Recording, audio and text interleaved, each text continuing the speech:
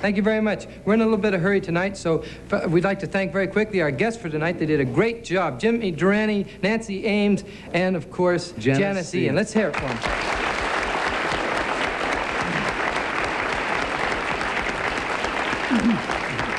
Our next show, which will be 2 weeks from tonight, because next week at this same time will be the Ernie Ford special, so be sure to watch that. And the following week, we'll be back with Agnes Moorehead, Norm Crosby, and the Hollies. So good night. Thank you very much. Good night, everybody.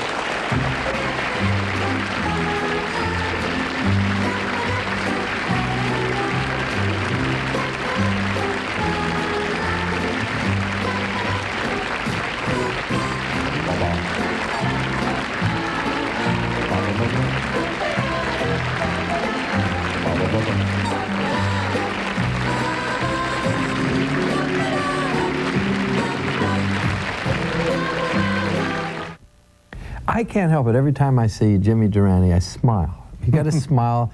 What it's when you use the word lovable, it just doesn't describe him. We had so many opportunities back in the '60s, working with the people that were near that are no longer around anymore. Yeah. Jimmy Durante, Jack Benny, Jackie Leonard, but Jimmy Durante was always our favorite. And what we used to do with him, the production people, because he was kind of a dyslexic. I don't think they knew it back then, but he always had fractured sentences. So what we'd do, we'd take these, the cue cards for his material, and they would take a word, and it'd have to be very big because his eyes weren't very good then, and write it real big and break the word up in an absolute, not near a syllable, just anywhere that it would break up. He didn't hyphenate it proper. Did not hyphenate, so he'd be going, well, I didn't. So we would help him with his rhythms. How do you like that? All they had to do was change places. We didn't need all this trickery. Now, this is a great example of the show of what we did. We had Jimmy Durante, who was had been for years and years and years working, and then we had Janis Ian, who was just 16 years old. I mean, it was a frightening experience, you know, coming on a show that was really cooking like that. And that was a big hit song for Society's Child. That's right. And I think it's also interesting, it was the oldest performer and the youngest performer on the same show. One of the things that I noticed when I was watching the videotape of the show was that they used to do a thing when they had young performers they thought would be uncomfortable. They would cover all the red lights on the cameras. So you never knew where the camera was coming from, so there was no way for you to get paranoid, but you also couldn't work the camera.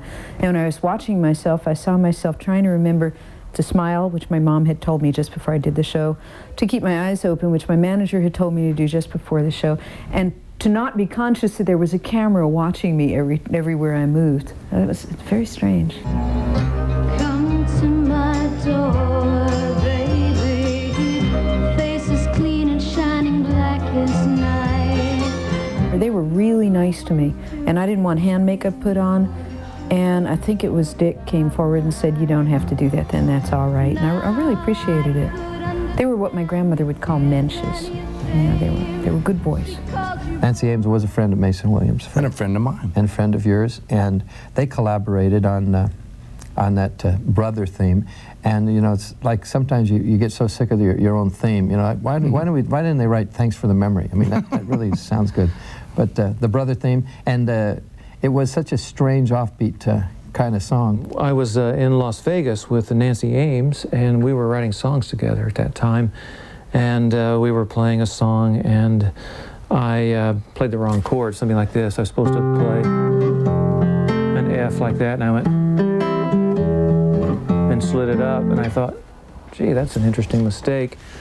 And then I thought, we started talking about, let's write a theme for the Smothers Brothers, because they were having this little contest to write a theme on the show, and Nelson Riddle and Denny Vaughn and some other people submitted versions. So we said, well, since Tom and Dick's career is based on mistakes and comedy, let's write a tune using that mistake throughout. So it went like this.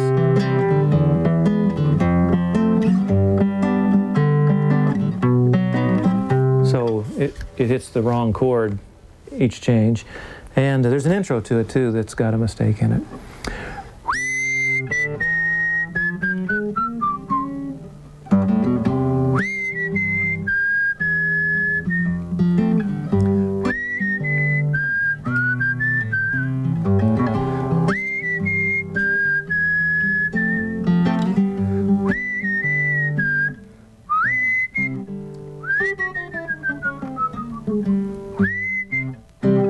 So anyway, we hope this comedy hour brought back some pleasant memories. And if you weren't around back then, maybe we showed you a little bit about what TV and the world were like back in 1967. We'll see you again real soon with another original Smothers Brothers Comedy Hour right here on E!